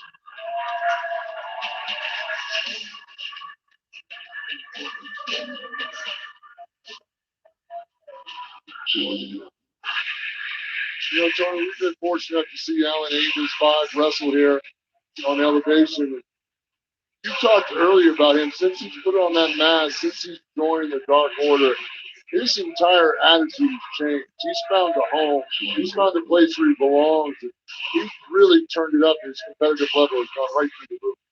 No question, he is 6-1 here in 2021 in AEW. There's the Dark Order coming out. And again, that show of solidarity. Wait, gotta love that unity. Yeah, I do. Yeah. Alan Angels has only been 5 years in wrestling. He's going to learn a lot, I would think, in this match. He's going to learn a lot tonight, definitely, with Matt Hardy. Matt Hardy playing a little psychological warfare. Good for Alan Angels. Way to fire back, 5. Good for you. Left hand. You know that Matt Hardy had to be counting down the days until the end of the first quarter in 2021 last week when he finally was able to get out from underneath that deal that he made to where Hangman Adam Page got all of his money. Oh, wow. That was a vicious, was that like an attempted German sling into the second turnbuckle? Not really a German slam. Big help about Matt. He's so vicious. Right away, he's attacking that neck area. And now here in the second quarter, he's got a pretty good cash flow, too. So that'll pump somebody up, make him feel good. Oh, yeah. Matt's on cloud 9 right now. He's got his cash flow running again.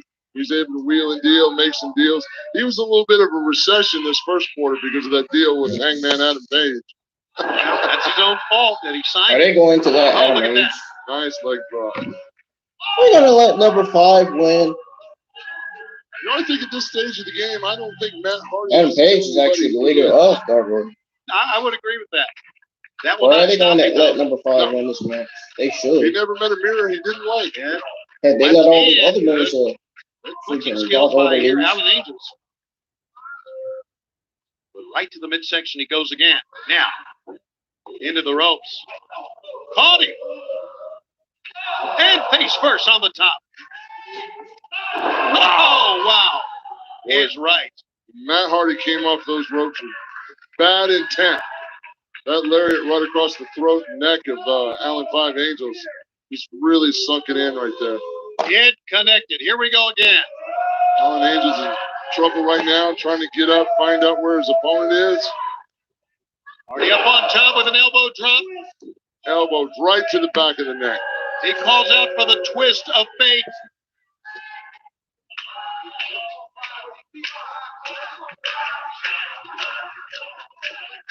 Waiting on Angels to get up. Hardy. He went for the twist of fate, got it turned around on him, midsection with a boot. Now has him hooked up. Could be a power bomb. What's he going to do here? I guess anything he wants. Oh, wow. Alan Angels had a chance to reposition himself on top there, Paul, and he almost turned it over on Matt Hardy. Matt Hardy was trying to go for a razor's edge there, but he got too close to the ropes.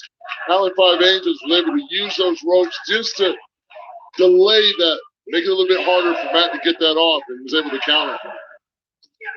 Vicious kicks right to the chest, right to the back. Some payback time for those elbows to the spine. I like it. Alan Angels missed that one. Hardy to a gut shot here. And a backslide. 1, 2. Knox says only 2. Well, Alan Five Angels has definitely scouted that twist of fate, because anytime Matt Hardy so far has gone for the twist of fate, Alan Five is knowing, I got to get out of this. Yeah, 0 for 2 in it so far. There's that diving chest to back splash. One for the snapmare looks, but turns him over. 1, 2. And got a 2 count. This shows the constitution of Alan Five Angels here, who took that beating in the beginning. It's been able to keep his folks, I got 283 subscribers now. Keep on showing your love and support for me and my channel, man. And missed completely. Keep on supporting me and my channel. It's really working. Now, y'all are doing a very, very good job supporting me and my channel. And I really, really mean that. I'm serious. Well, Alan Five Angels is really showing a lot of his competitive spirit to go back and forth head to head with a caliber athlete that Matt Hardy is. Yeah, I think he's either getting Matt Hardy more pissed off or probably he's getting more focused. I don't know what it is. But, oh, boy, that time. Probably a combination of both. Exactly. A wing snapper. Oh, yeah, ring snapper. I didn't even had think a of wing that. snapper once. It was a fishing lure. He caught a 14-pound bass with it. Well, there you go. He almost caught Matt Hardy with it. Almost. I guess if Matt Hardy be a fish, he'd be a big mouth. I would think so. Alan Angel's got a chance here, and now he's like, well, everybody commenting on the You AEW can't beat your chat. opponent on the floor. Get him back in the ring. Get him pinned. Get those shoulders There's a on the mat. lot of YouTubers on Big the victory and a big accomplishment for AEW Alan All Five Elite Angels Wrestling right live stream here on Hardy's YouTube. slow to get to his feet, but Angel's slow to get up top as well. I see Hardy all the will users. stand. Oh, That's a bunch of fucking users. Damn. Oh, man. Nice DDT. He tried to do that twisted fed again. Alan blocked it. Look at this live chat, man. Look at this. Look how many.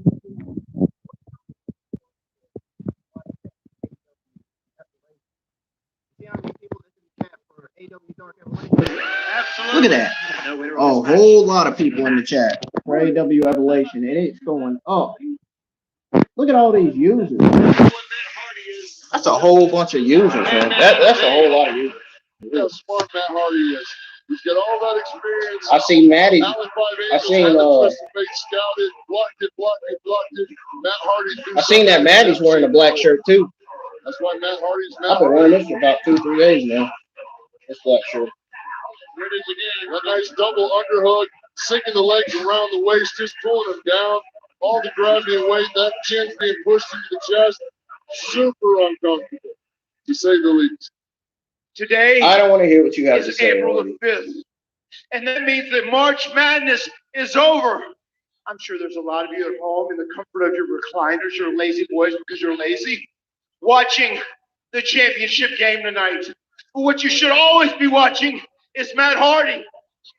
Because April the 1st means that Matt Hardy is making 100% of his money now. And I am so angry at what happened in this first quarter. I'm going to take it on every single member of the Dark Order.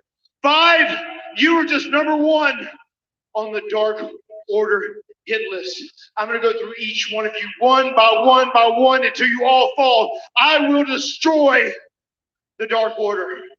And I'll do it with the HFO, the Hardy Family Office. We are going to dominate AEW. And we are going to take all the money and the titles. And speaking of titles, I heard what you had to say about me, Darby Allin. You had the audacity to call the Kingmaker Big Money Matt Hardy a sellout. Are you kidding me? You grew up idolizing me. I didn't sell out. I smartened up. I am here to make money, and I am also here to come after your TNT title, and that title will be mine, along with the paycheck that comes with it. Darby Allin, you're on my list.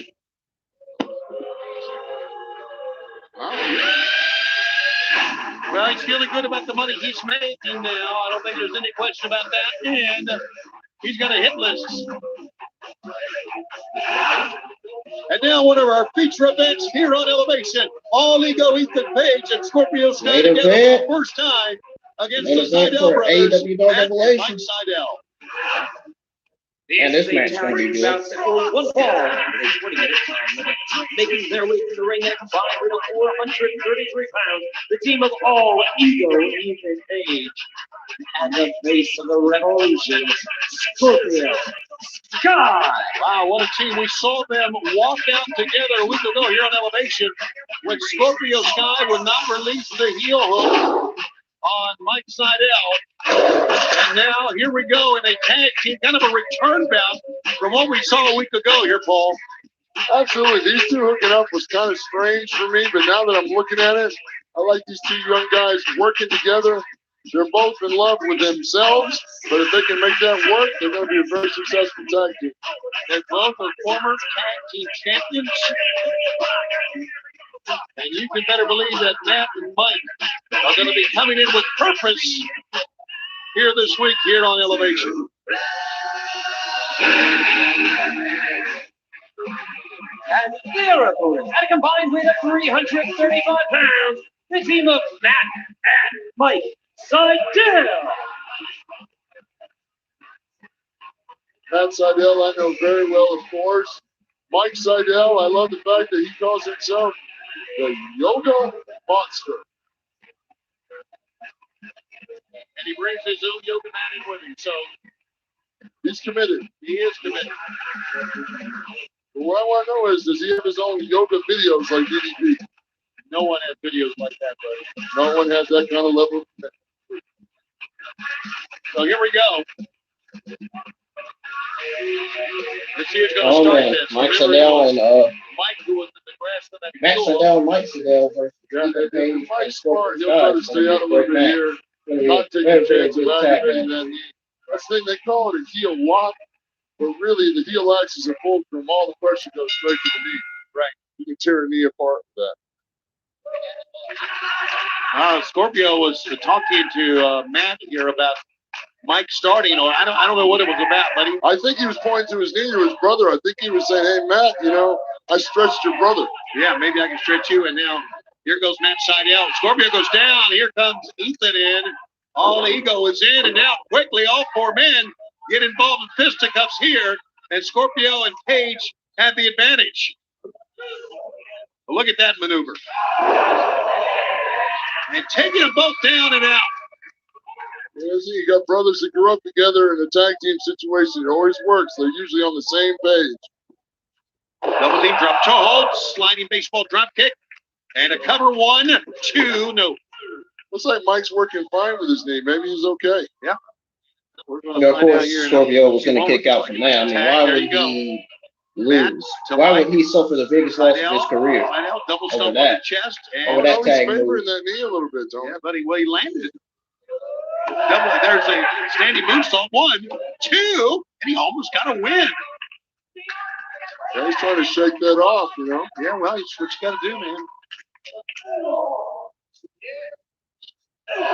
And now working on Sky.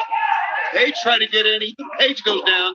How smart is Scorpio side? One shot to the knee. One shot to the knee. You're exactly right, man. That's paying attention to the work you did last week for this week. Pick up. Oh, boy. Knee first on the apron. My goodness. That ruthless Macedonian dropped Mike Sydal's knee right on the apron. Got a 2 count.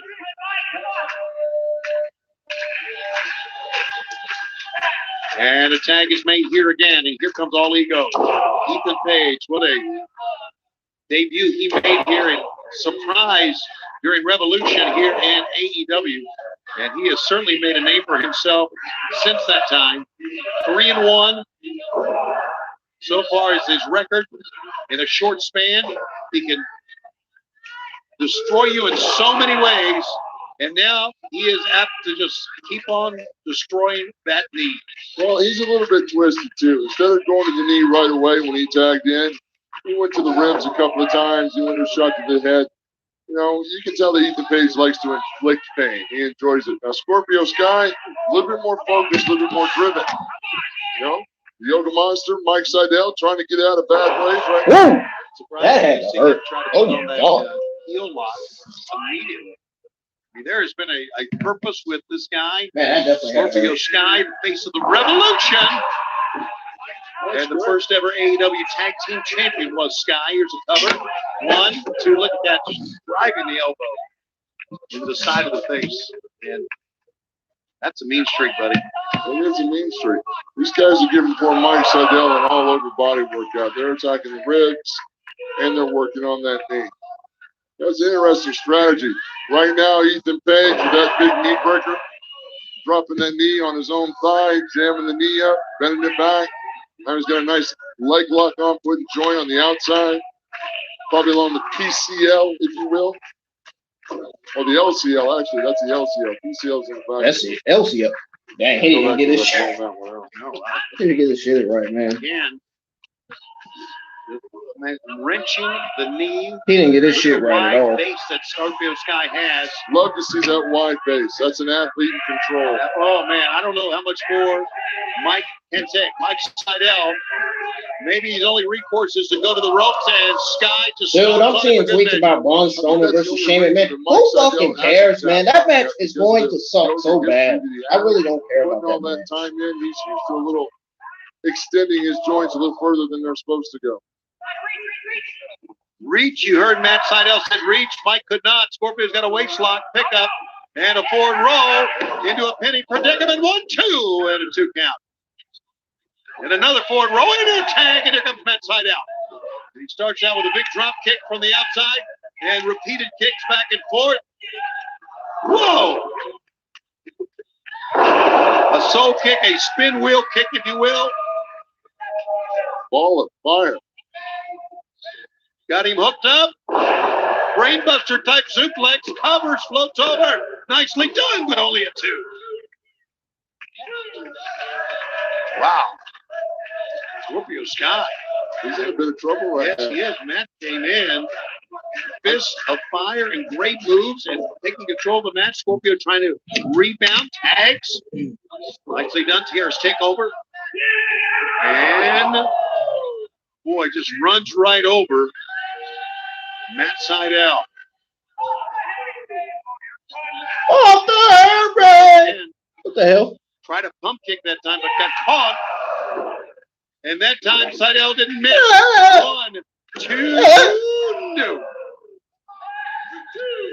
Super close. Well, you know, Matt Sydal is so dangerous with those feet. Yeah. Great competitive matchup. I don't know about As that. we expected it would be. And here comes Page, man, fighting 2 men. Boy, Page just likes to turn it on. He's a brawler. He really is. Both men with a top wrist lock takedown. Nice tandem wrestling. 1, 2, and Sky made the double axe handle save. I got a notification from one of my Twitter followers in the IWC community. You hear Bryce Risberg say 1 at a time, get out. Come on, Matt. You know better than that. Obey the ref's call. Oh, boy. Running right through with reckless abandon and just took out the knee. Took it out, and Ethan Page has him up. This could be the ego's edge. Oh, it is. There's the ego's edge. Sydal is down, and Mike Sydal is out. Yeah, there's no way he's getting back up from that. And all ego. I'm gonna check with Monday Night Raw, man. Guarantee you that show's They something. look like a well I know it is. right now. No, for a fact it is. Those guys look like they have tag team championships in their future. Maybe. Possibility. All right, Paul, let's take a look one more time at this. Tell you one thing, Scorpio Sky is lucky to have Alex Gracia. Body rattles. Scorpio Sky is very lucky to have Alex Gracia. First time out as a team, and they're looking darn good. Very impressive. Scorpio Sky on your left. Oh, there you go. Ethan Page on your right. Winners. Well, that's it. That's the show, folks. That was the main event.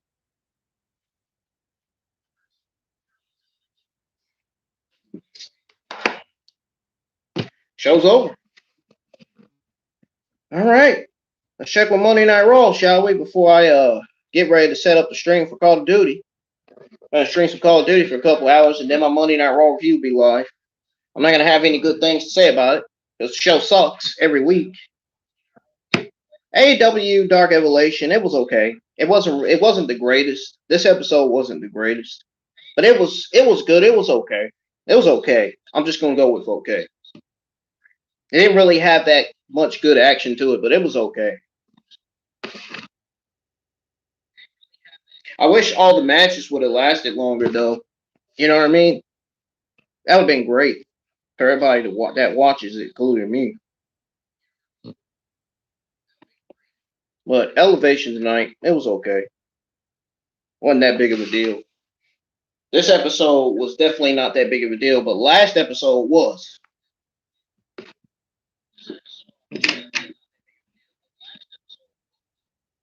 Let's check with Ring. Let's check with my sources. Ringside News on Monday Night Raw results.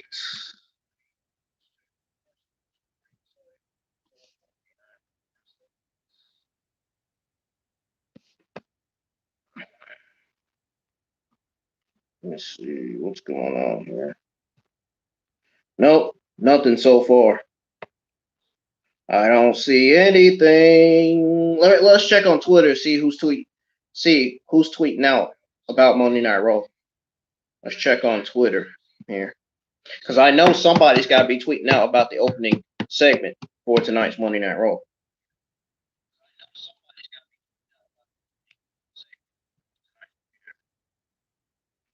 What we got? Oh my God. Monday Night Raw is kicking off with, you got to be kidding me. Please don't tell me Monday Night Raw is kicking off with Braun Strowman and Shane McMahon. Oh my God. What a terrible way to kick off Monday Night Raw. Oh, dude, this match is going to suck.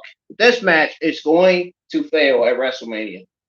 This match is going to be so god-awful. I'm not even going to watch it. I'm not watching that match, and neither am I watching Miz versus Bad Bunny. When I see Miz versus Bad Bunny and I see Shane McMahon versus Braun Strowman, I'm immediately going to be looking at my phone and looking on social media and talking to some of my friends instead of, you know.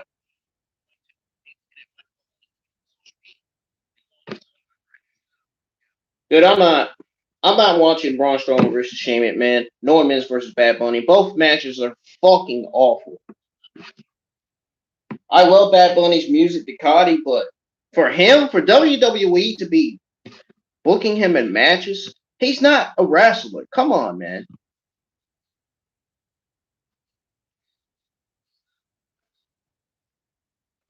This shit is... See, this is the garbage I'm talking about, man.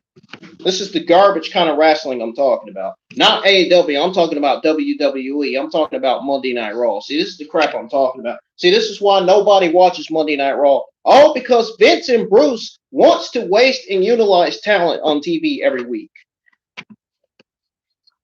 No wonder why Ricochet or Aleister Black hasn't been seen on TV.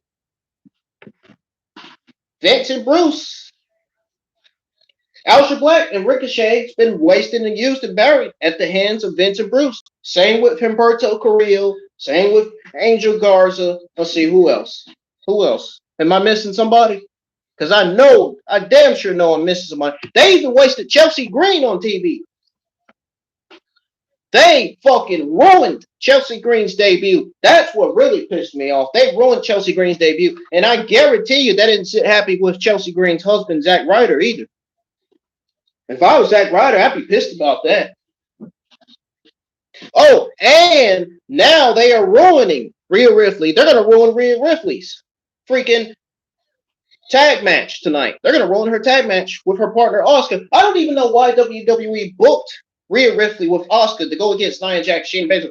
What on earth kind of sense is that? See, this is the dumb shit I'm talking about. I can't stand that shit. That 50-50 garbage booking, man, that WWE does. I can't stand that shit. That pisses me off. Dude, I am going to take the weight off my shoulder on tonight's Monday Night Raw review. I'm telling you. On my Monday Night Raw review, I'm going to be cussing Bruce and Vince the hell out. I'm serious. They going to feel my wrath today. Vince and Bruce, they are both going to feel my fucking wrath today. I'm not kidding. These guys are absolutely fucking mental. Seriously. They really are. Sometimes you'll see the good side of me, but sometimes you can also see the bad side of me too. My bad behavior ain't good. My behavior is good, but when I start turning evil, when I start getting mad, my behavior starts to get bad.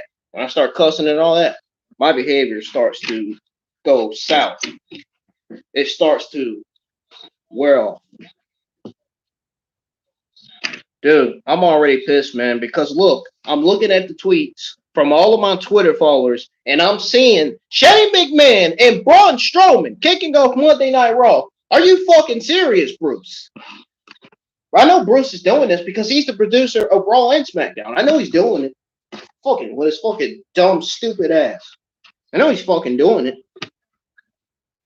I can't stand Bruce and Vince, man. I hope to God that Bruce gets fired from WWE, and I hope to God that Vince as chairman gets removed. And I hope Triple H replaces Vince, and I hope Triple H becomes the chairman, because Triple H is doing the best work of his career as a producer. And Vince and Bruce are jealous of that. Yeah, they're jealous of that. They're jealous of what Triple H has done for the NXT men's and women's division. They're even jealous that Finn Balor's NXT champion. But that's not telling you anything. I don't know what to tell you, man. Shit is garbage, man. All this garbage we're getting on Raw, man. It makes no sense. Vince and Bruce cannot produce or write. They don't know how to produce or write. These guys fucking suck at producing and writing. Not only can my older brother do better writing than WWE, even AEW can do better writing than WWE. And here lately, AEW has shown that and proved that they can do better creative writing than WWE.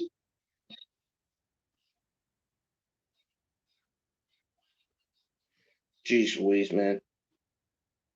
Can you imagine the bad things that everybody's tweeting about Raw on freaking Twitter?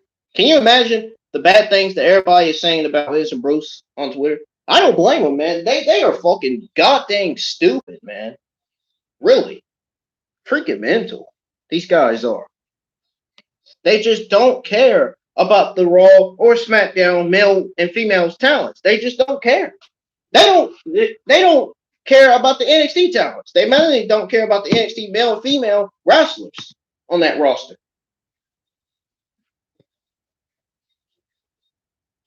And we haven't seen, and you notice something else? We haven't seen Dexter Lumis on TV in about 2 weeks. For about 2 weeks, we haven't seen Dexter Lumis on NXT at all.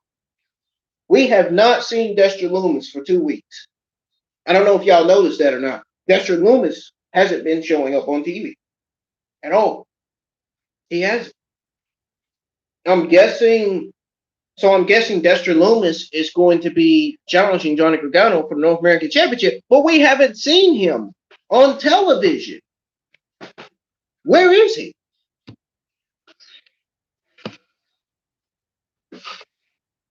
That's supposed to be at NXT TakeOver Stand and Deliver, which I'll be doing both NXT TakeOver Stand Night 1 and Night 2 reviews this week. I got a busy schedule this week. I really do. I got to work tomorrow. I'm going to be streaming some Dragon Ball Z Verse 2 on Twitch before work. And then when I come back home, I got to get washed up. I got to get some clothes on, settle down. I got to get ready to set up the AEW Dark live stream watch along for people who normally are in my chat that are watching the stream, that are listening to the action normally. my watch along is sort of like TM61's watch along. You know TM161, one of my YouTube subscribers. He's one of my Twitter friends. He's actually friends with me on Instagram too. Yeah, it's my watch alongs are sort of like his, or almost like his. I try to make mine's a bit different in a way. Fuck is that? I try to make mine's a bit different in a way. But anyways, I checked with the Monday Night Raw results. I checked with Twitter. Turns out Braun Strowman and Shane McMahon, I think, were the ones that kicked off Monday Night Raw. I'm not sure yet. There's nothing on the Monday Night Raw results on ringsidenews.com. I checked with my sources, and they don't have anything. They don't have anything written. They don't have any results written for Monday Night Raw right now. I'm assuming Ringside News must be watching it too, and they must not be writing it.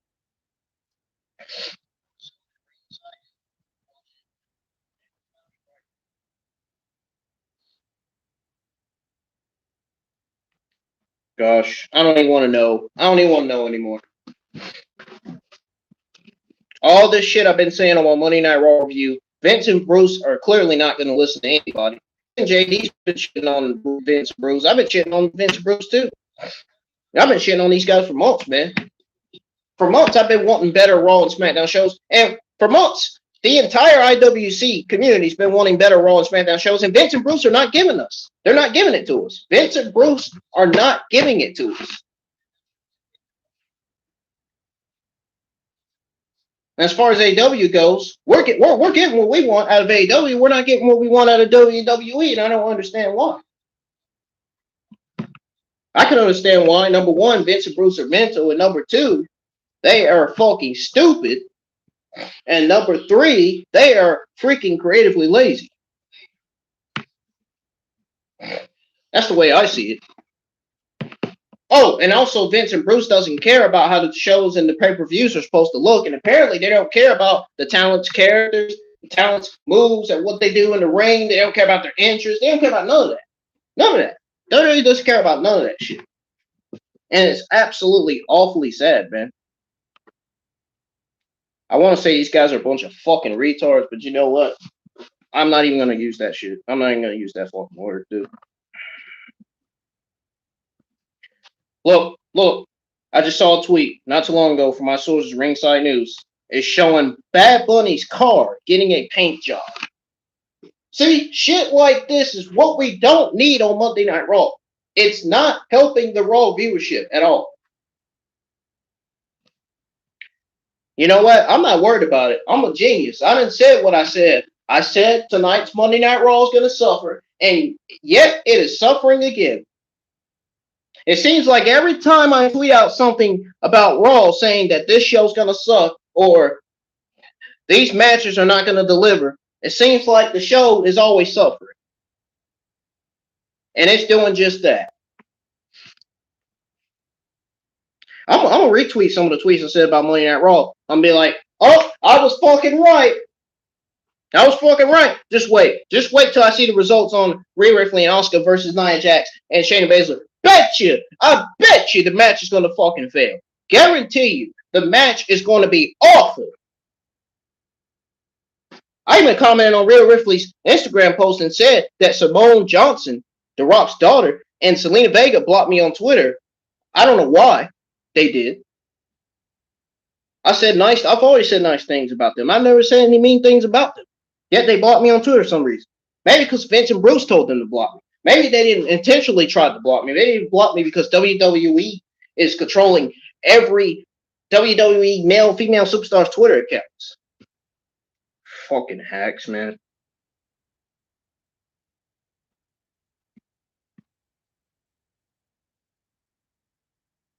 Yeah, I'm surprised. I'm surprised I haven't ended the stream yet. Yeah, I ain't done yet, folks. I'm trying to look for the tweets now. I said, the tweets from last night. I was at the tweets from last night when I was tweeting about Raw and SmackDown, what they were going to be booking for the night's Raw and shit. Here it is. This is what I had to say about Baron Corbin versus Drew McIntyre. This is what I said on Twitter. I was like, really, Bruce? Baron Corbin is not on the Monday Night Raw men's roster. And he's not. So I said, I questioned them. I questioned WWE, Vince and Bruce in creative management. I said, why would you book Baron Corbin versus Drew McIntyre in the first place? Here we go again with this, with Bruce Pritchard's god awful WWE 50-50 terrible booking, creative writing, and ideas. Don't you just hate that, man? Really? And then I had a lot of bad things to say about this freaking tag match, this women's tag match that's booked supposedly for tonight's Raw. It hasn't even happened yet. Rhea Ripley teaming up with Asuka versus Nia Jax and Shayna Baszler. Oh, you know I had something bad to say about that. Because you know I am not a fan of Nia Jax. I love what Rhea Ripley does. I like what Asuka does. I love what Shayna Baszler does. I just wish they get Shayna Baszler the hell away from WWE's, who I like to call typical garbage, Nia Jax. The big obese. She looked like a fucking obese. She looked like a 300-pound obesity woman. What she looked like. Anyways. Hey, this is what I said 22 hours ago. This is what I said on Twitter 22 hours ago. I said, what the fuck kind of 50-50 booking is this, Bruce Pritchard? I questioned him. Mentioned his name and all. Because I know he's the one. I know he's the executive director of Raw and SmackDown. I may miscorrect my stuff sometimes, but I know what the fuck I'm talking about. I'm a genius. I know what I'm talking about. I know what's going on in WWE. Hell, I've said it before and I'm saying it again. I know more than what's going on in WWE than the majority of the community does. Period. So I said, hey, IWC community, I tell you what, this is Bruce's terrible writing and Vince's terrible ideas. That's what it is. As far as this tag match goes, this women's tag match, this was Bruce's terrible writing and Vince's terrible ideas. And I really hate the fact that I had to break the news to the entire IWC community. And I said, it looks to me like we're getting complete garbage on Raw tomorrow, which is tonight. We're going to get it tonight. If they haven't already given us any garbage on the show, ain't no damn telling, dude. This show sucks. Monday Night Raw fucking sucks. Vince and Bruce are a bunch of fake-ass clowns, man. Seriously. More like fake-ass bitches. That's what they are. Seriously, man. They make us want to say bad things about them. They make us want to cuss them out. They do. I feel like they book garbage on purpose to make us fucking shit on them. Oh, and then they got the fucking balls to blame AEW over the fucking pandemic and all the bullshit. No, that's WWE. That's your fucking fault. All those fucking nasty talents, all the COVID outbreak, that was your fucking fault. Don't blame AEW for that shit. Oh, hell no. Don't blame AEW for that shit. That was your fault. That was your fault. You should have had all the NXT talents wearing masks. Oh, but what happened though? They didn't wear masks. They ended up catching it. Remember that news on Casey Catanzaro caught not wearing a mask? See? So why you get the outbreak? Nobody wears mask. You don't wear a mask, you're gonna get the fucking virus. Simple.